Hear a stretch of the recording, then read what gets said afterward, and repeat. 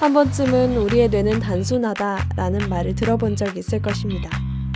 답답한 마음에 억지로라도 입꼬리를 올려보면 왠지 기분이 조금 나아지는 경험. 이는 우리가 느끼는 감정이 외부 자극이 아닌 내면에서 비롯된다는 증거입니다. 내 머릿속의 청소법의 저자 김경록 작가는 우리의 머릿속은 마치 정리되지 않은 서랍장과 같다고 말합니다. 정리되지 않는다면 수많은 생각과 계획, 걱정들이 뒤섞여 정작 중요한 것을 찾지 못하는 상태가 되죠. 하지만 생각을 선택하고 감정을 다스리는 연습, 작은 계획을 세우고 실천하는 과정을 통해서 마음의 지도를 그릴 수 있게 되고 지도가 분명하다면 우리는 더 나은 방향으로 나아갈 수 있을 거라고 이야기합니다. 부정적 생각이라는 쓰레기 버리기. 마음이 만들어낸 방해꾼. 매일 살아가면서 안 된다는 이야기를 몇 번이나 하고 있을까? 주변을 둘러보면 생각보다 많은 사람들이 무의식적으로 이건 안 돼, 이건 불가능해, 이건 내가 할 일이 아니야 라고 말하는 것을 들을 수 있다. 나도 마음의 여유가 없거나 불안한 상황에 놓이면 우선 부정적인 말을 먼저 꺼내고는 한다. 1인 기업가가 되어 자기계발 강사로 나선 뒤로는 스스로 일을 만들어내야 하는 경우가 대부분이었다. 내가 일하지 않으면 아무런 수익도 만들어지지 않기 때문에 프리랜서들은 밤낮도 주말의 구분도 사라지고는 한다. 그렇기에 매 순간 부담을 느끼고 있다. 매번 열심히 해야지라고 마음을 먹지만 돌아서면 눕고 싶고 아무 일도 하기 싫어지는 순간과 마주하기를 수백 번도 더 하는 것 같다. 이럴 때면 마음속에는 부정적인 생각이 계속해서 떠오른다.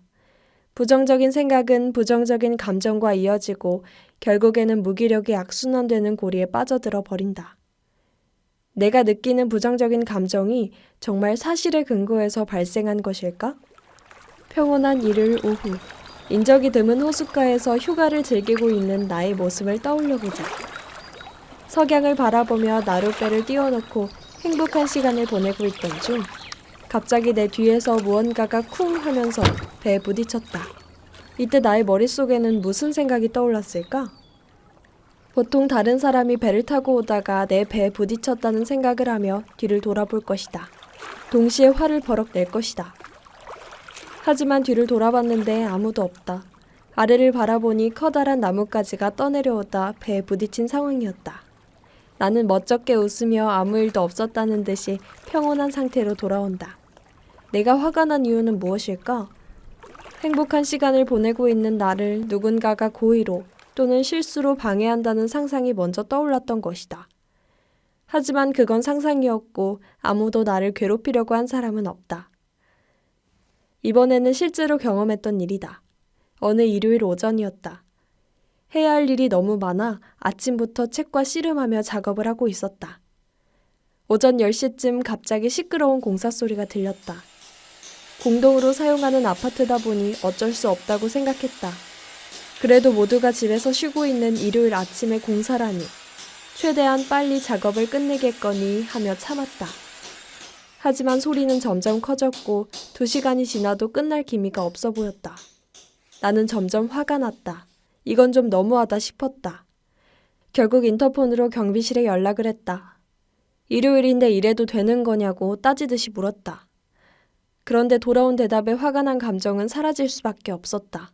이미 많은 사람들이 경비실에 연락을 해 상황을 물어봤었고 원인은 4층의 한 가정에서 수도관이 터져 긴급히 공사를 하고 있다는 것이었다. 내 모든 화는 부끄러움으로 변했다. 결국 내 마음속의 부정적인 감정은 누군가가 고의로 나에게 피해를 주고 있다는 믿음, 신념에서 생겨나는 것이었다. 마음을 정리하기 위해서는 첫 번째로 내 감정을 다스릴 수 있어야 한다. 내 기분이 좋다면 뭐든지 할 수 있을 것만 같은 생각이 든다. 하지만 우울한 상태에 있다면 아무 일도 할 수 없을 것만 같다. 내가 지금 느끼고 있는 감정이 과연 내가 상상 속에서 만들어낸 이유 때문에 생겨난 감정이 아닌지 생각해보자. 순간적으로는 엄청나게 화가 났지만 지나고 보면 아무 일도 아니어서 화낸 게 멋쩍은 순간도 여러 번 있다. 감정을 다스리기 위해서는 어떻게 해야 할까? 아무 일도 하기 싫고 우울한 생각이 든다면 우선 밖으로 나가자. 허리를 꼿꼿이 세우고 어깨를 펴자. 그리고 하늘을 보고 크게 숨을 들이마셔 보자. 내 자세를 바꾸는 것만으로도 기분이 상쾌해진다. 부정적인 감정 상태에 있는 사람은 어떤 모습을 하고 있는지 생각해 보자. 보통 시선은 땅을 보고 있고 어깨는 굽어 있다. 몸은 힘없이 축 처져 있다. 부정적인 자세를 취하고 있으면 부정적인 생각이 드는 것은 당연한 일이다. 나는 담배를 피우지 않는다. 하지만 사무실에서 근무할 때 흡연을 하는 동료에게 담배 피우러 가자는 요청을 하고는 했다. 옥상에 올라가서 하늘을 한번 보는 것만으로 감정을 관리하는 데 도움이 되었기 때문이다. 일을 하다가 스트레스를 너무 많이 받는다면 꼭 밖으로 나가지 않더라도 내가 취하고 있는 자세를 바꿔보자. 순식간에 기분이 달라지는 것을 느낄 수 있을 것이다. 그러나 감정을 관리하기 위해서 자세와 환경을 바꾸는 것은 일시적인 처방이다.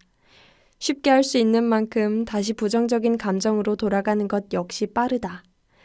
본질적으로 감정을 관리하기 위해서는 현재 상황을 다르게 바라볼 필요가 있다. 한 남자가 있었다. 이 남자는 폭행, 불법 약물 투약, 절도 등 다양한 범죄로 교도소에 수감되어 있었다. 각종 문제에 연루되어 있었기 때문에 평생을 범죄자로 살아갔다. 이 남자에게는 2명의 아들이 있었다. 이 아이들이 성인이 되었을 때 어떤 삶을 살게 되었을까? 한 명은 아버지와 마찬가지로 온갖 범죄를 저지르고 있었다. 하지만 다른 한 명은 정반대로 좋은 학교를 졸업하고 좋은 직장에 다니고 있으며 행복한 가정을 이루고 있었다. 이 둘에게 어떻게 이런 인생을 살게 되었습니까? 라고 물어봤다. 둘의 대답은 똑같았다. 나의 아버지를 보면서 자랐는데 어떻게 이렇게 살지 않을 수 있겠습니까? 같은 사건을 보고도 다르게 생각하고 판단한다. 회사에서 직장 상사가 자신에게 업무에 대한 피드백을 주더라도 누군가는 쓸모없는 잔소리라고 생각하고 누군가는 자신에게 도움이 되는 피드백이라고 생각한다. 의도적으로 상황에 대하여 긍정적인 해석을 하려는 노력은 도움이 된다. 하지만 마음속에서 떠오르는 부정적인 감정을 무조건 억누른다면 그 또한 감정적 문제로 불거질 수 있다.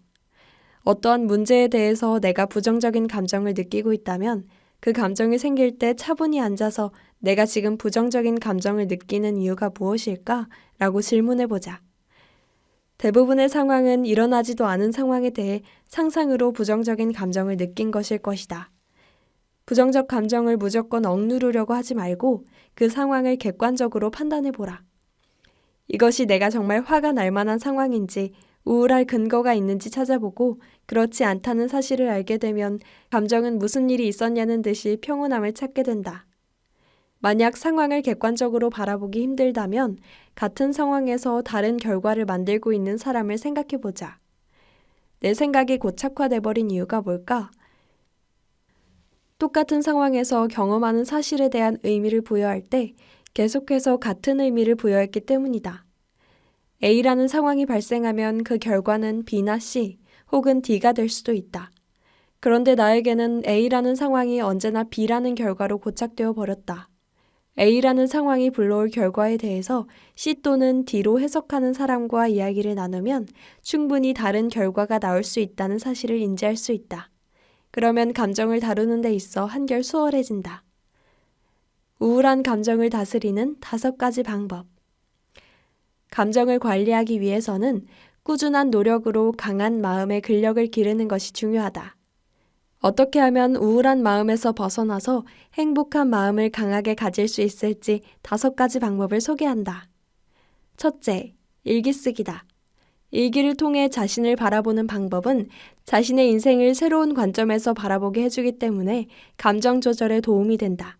일기 쓰기와 관련해 미주리대 심리학과 로라켄 교수는 실험 참가자들에게 미래의 희망과 꿈에 대해서 쓰는 최고의 자화상이라는 실습 과제를 내줬다.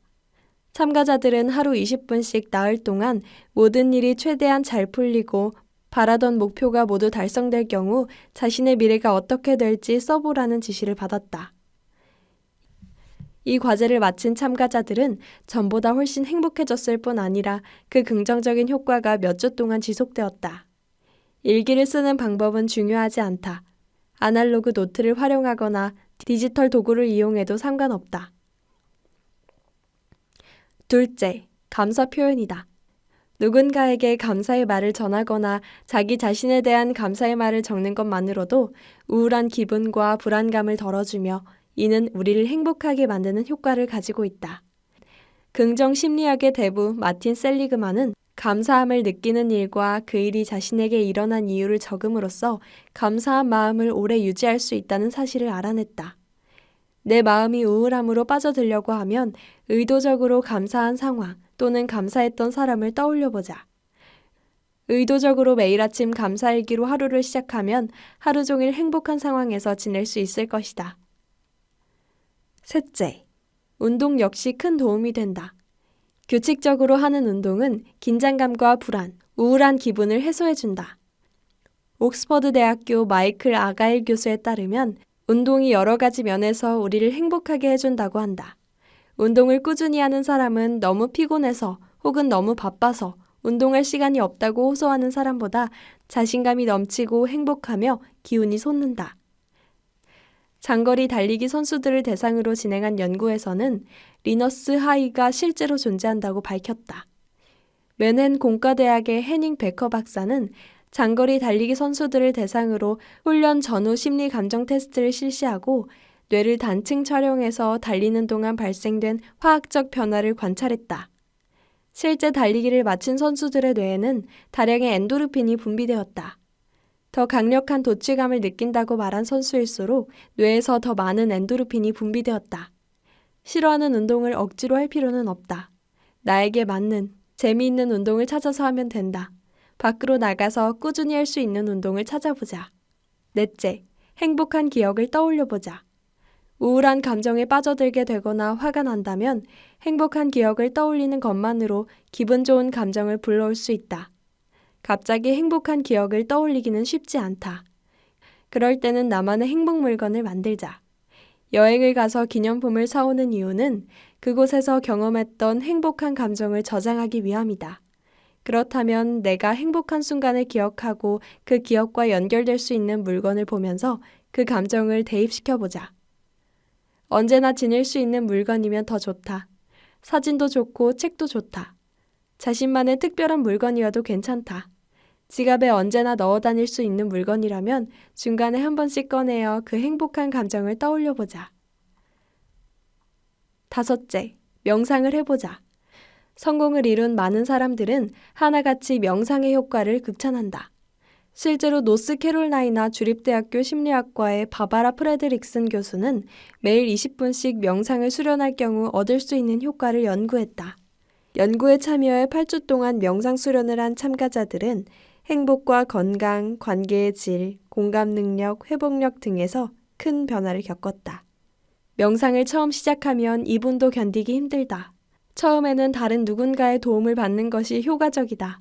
유튜브에서 유도 명상을 찾아봐도 좋고 명상과 관련된 어플을 이용해 명상을 경험하는 것도 효과적이다. 명상에는 다양한 종류가 있지만 어떤 명상을 하든 상관없다. 명상을 하는 행위 자체가 중요하다. 나와 잘 맞는 명상을 찾아서 꾸준히 시도해보자.